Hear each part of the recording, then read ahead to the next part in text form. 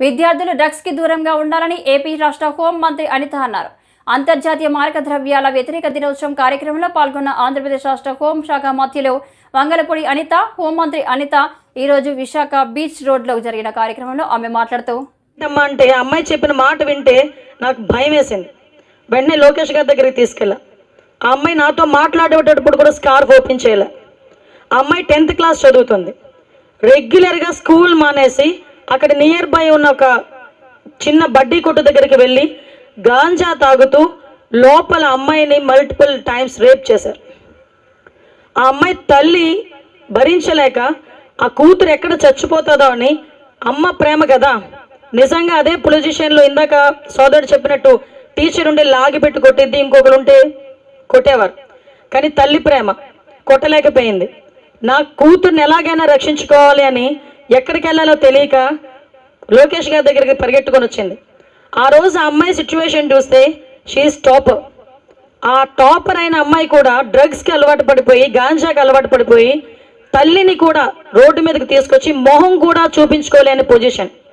ఒక ఆడపిల్లకి అవనేయండి, ఎవరైనా అవనేయండి, అందంగా కనిపించాలి అనుకుంటాం. స్కార్ఫులు కట్టుకొని తిరుగుతామా?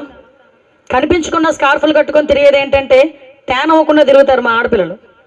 కానీ ఈరోజు మొహం కనిపించకూడదు అని తిరిగే పరిస్థితికి వచ్చారంటే ఎవరిది తప్పు? ఎవరిది రెస్పాన్సిబిలిటీ? ఎవరిది? అది మన అందరం కూడా ఒకసారి తెలుసుకోవాల్సిన అవసరం ఉంది.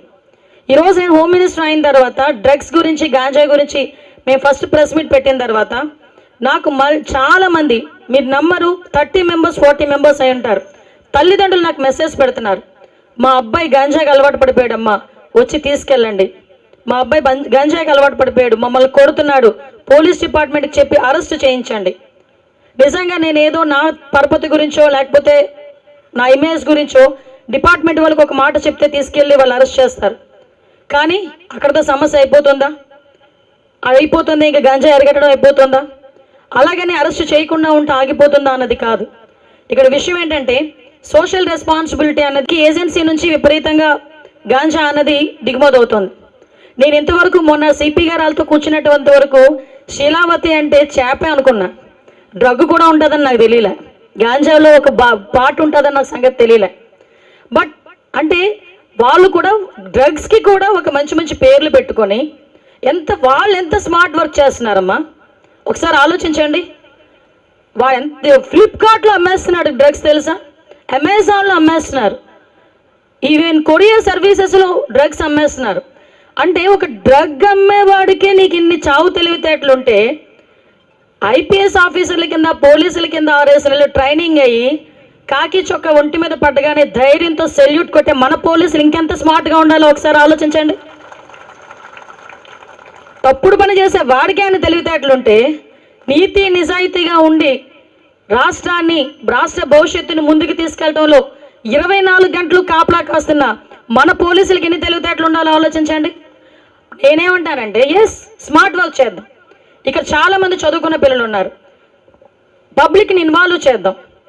ఈరోజు ఎందుకు కొంచెం నేను ఇబ్బంది పడే పరిస్థితులు వస్తున్నాయి, మనం అందరూ ఇబ్బంది పడే పరిస్థితులు వస్తున్నాయంటే ఈరోజు మనం చూసుకుంటే జైల్లో ఉన్న, మొన్న నాకు చెప్పారు చాలామంది జైల్లో ఉన్న వాళ్ళు 1250 మంది విశాఖపట్నంలో, ఒక విశాఖపట్నం జిల్లా నుంచి 1250 మంది పైన జైల్లో ఉన్నారు.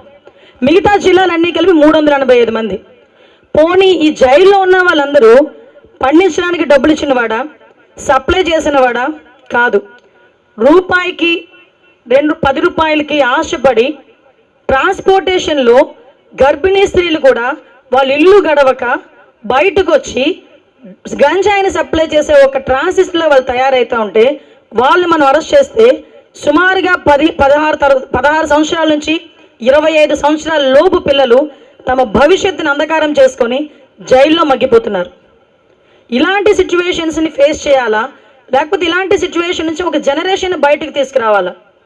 ఈరోజు ఎందుకు గవర్నమెంట్ కూడా దీని మీద ఇనిషియేషన్ తీసుకుంది. మొన్నే క్యాబినెట్ మీటింగ్లో కూడా క్యాబినెట్ సబ్ కమిటీ కూడా వేశాం. ఇందాకే మన వాళ్ళు చెప్పి, ఒకటి home department, education department, health department, tribal welfare and at the same time మనకి 4 or 5 ఐ థింక్ హెల్త్. ఈ హెల్త్ డిపార్ట్మెంట్ వాళ్ళందరం కలిపి ఒక సబ్ కమిటీ కూడా ఏర్పాటు చేసుకున్నాం. ఈ సబ్ కమిటీ ఇక్కడ పాయకరావుపేట రిమోట్ ఏరియా ఆ పాయకరావుపేటలోని ఎక్కడ పెంటకోట అలాంటి ఏరియాస్లో కూడా ఈరోజు గాంజా దొరుకుతుంది అంటే ఎంత మూలాల్లోకి గాంజా వెళ్ళిపోయిందో మనందరూ అర్థం చేసుకోవాలి. సో ఆ మూలాల నుంచే మనం బయటకు తీసుకురావాలంటే ఈరోజు పోలీస్ ఆఫీసర్సు, ఈ రెవెన్యూ డిపార్ట్మెంటు, హెల్త్ డిపార్ట్మెంటు, ఈ ఆర్గనైజేషన్ వల్ల కాదు, ప్రతి తల్లి దీని మీద రెస్పాన్సిబుల్గా తీసుకోవాలి. ప్రతి కుటుంబం రెస్పాన్సిబిలిటీ తీసుకోవాలి. ప్రతి వ్యక్తి, ప్రతి ప్రజలు కూడా రెస్పాన్సిబిలిటీ తీసుకోవాలి. మాకెందుకులే అనుకుంటే రేపు పొద్దున్న మీ ఇంట్లో అదే పరిస్థితి వచ్చినప్పుడు నువ్వు గగ్గోలు పెట్టడంలో తప్ప వేరే ఆప్షన్ కూడా ఉండదు.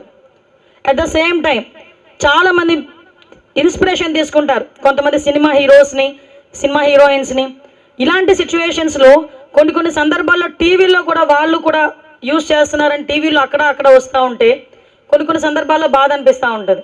ఎందుకంటే వాళ్ళు ఎలా ఉంటారంటే వాళ్ళు రీల్లోని హీరోస్ కింద ఉన్న రియల్ టైంలోకి వచ్చేసరికి వాళ్ళు నిజమైన హీరోల కింద భావించే వ్యక్తులు చాలామంది ఉంటారు. అలాంటి వాళ్ళు కూడా ఇన్స్పిరేషన్ తీసుకోవాలి, ఇన్స్పైరబుల్గా ఉండాలి అనే సంగతి తెలిసిన తర్వాత 3 చెక్ పోస్టులతో ఎంతవరకు వర్క్ చేయగలం? అట్ ద సేమ్ టైం మీ అందరికీ కూడా మొన్న ఎలక్షన్ టైంలో మనం ఒక మెకానిజం యూజ్ చేశారు, ఎలక్షన్ కమిషన్. ప్రతి బూత్లోని కూడా కెమెరాస్ పెట్టారు. మీ మ్యాన్ పవర్ కూడా చాలా తక్కువ ఉంది, ప్రతి బూత్లో కూడా నేను అబ్జర్వ్ చేశాను. కెమెరాస్ పెట్టారు. కెమెరాస్ అన్నింటినీ కూడా మానిటరింగ్ ఒక దగ్గర కూర్చొని కమాండ్ కంట్రోల్ రూమ్లో కూర్చొని మీరు అందరూ కూడా మానిటరింగ్ చేశారు. ఆఖరికి మీరు ఎంత స్మార్ట్గా వర్క్ చేశారంటే అక్కడ ఎవరు